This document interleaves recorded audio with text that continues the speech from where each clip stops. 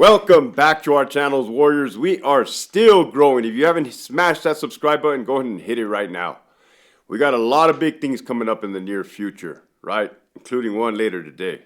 But I can't tell you guys too much. Now, this episode right here is going to be about, do correctional staff members hate on each other? Wow. What a great topic, right? For somebody that has never worked inside of a prison or never seen the behind the scenes, right? So I think by now, by all the videos you have seen me put out, it's like, hey, these individuals are human. These individuals have emotions, have thought process, right? They're not like mindless robots. They're not all the same, right? Everybody, you're gonna have individuals that hate on other individuals within the prison system, right? Specifically the California Department of Corrections, right? I did 16 years. I worked at 2 prisons. I got to see the get down. I got to operate in there. I got to maneuver, right? So it's like, what does it look like? What it looks like is, and there's different styles, right? You can have like a snake, right? Somebody that like smiles to your face and like stabs you in the back.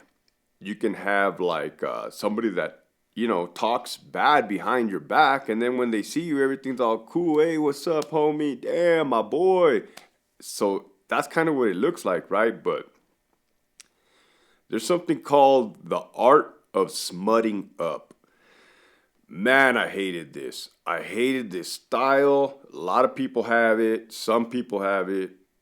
Not everybody has it, but I just hated this style. I could never understand it. I never could wrap my head around it. It didn't add up to me. So what is the art of smutting up? It's like, all right, you're here, right? And, well, not you're here. They are here, right? That person is here. And you're over here trying to do your own thing, right? Trying to make moves, trying to do big things or whatever. And it's like, hey, look over there. Damn near the lines of ratting, right? It's damn near the lines of being a rat.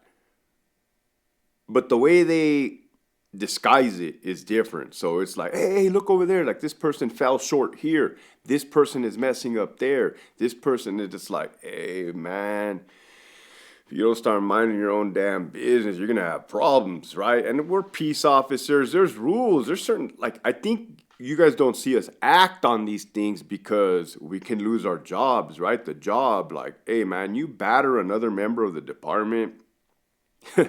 I love to read the policy, right? I love to read the disciplinary matrix. So, like, I used to think, like, man, what's going to happen if I just backhand this individual, right? And, it's not a 9. It's not a 9, right? The battery on another member of the department without the intent to inflict SBI is somewhere around like a number 6, right? You're probably going to get suspended for a good amount of time, but is that slap going to be worth it? Who knows, right? I don't encourage violence. I'm just letting you know the mindset. So, hating, what does it look like? Well, I can only probably speak on I can only speak on myself, right? What kind of stuff did I encounter? What did it look like? So, promoting a sergeant, yeah, there was haters, right? There was haters. Hell, I even did some hating on people that got promoted over me, right? You start bad-mouthing people, which isn't cool, right? And I told you, I used to be a certain way at one point, and then, but I sure in the hell never smutted nobody up. That's for damn sure. I just gave my opinion on matters, which keep your opinions to yourself, right? So you don't ever want to give up too much game. You don't want to give up anything, right? So prior to me bouncing from the department, I didn't let nobody know, right? It was kind of a secret mission because I don't know if I told you, but there's no such thing as secrets in the department. You tell one person, it's game over. Game over, right? So I felt for me, the only way for me to operate, move, handle my business, and get ahead, right? Because I'm all about momentum. I'm all about opportunities, right? So, I seized that, right? I seized the moment. And in order for me to do that, and my recommendation is to just keep your plans to yourself. If you're trying to promote, keep it to yourself. If you have an interview coming up, keep it to yourself. If you plan on transferring to another institution, keep it to yourself, right? I mean, even along the lines, like, hey, if you just got married or you plan, like, hey, people will use whatever you have going on for you against you, right? It's grimy. It's grimy. Yeah, that does happen on green side, for sure, 100%.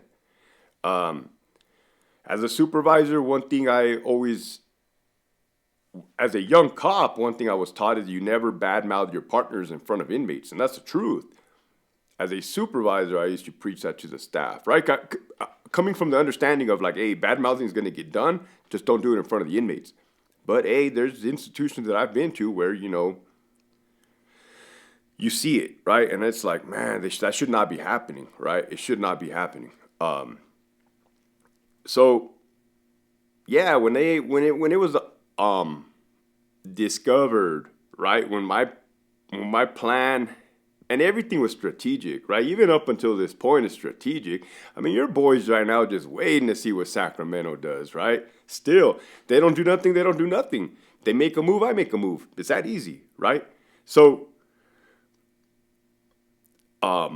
once I was ousted, discovered, right? Like, hey, what am I doing? Because I had been telling people like, yeah, I'm not feeling this anymore. I'm gonna quit. And they, haters or disbelief naysayers, they were like, yeah, whatever, man, or like, nah, you're not, like, just absolutely in denial.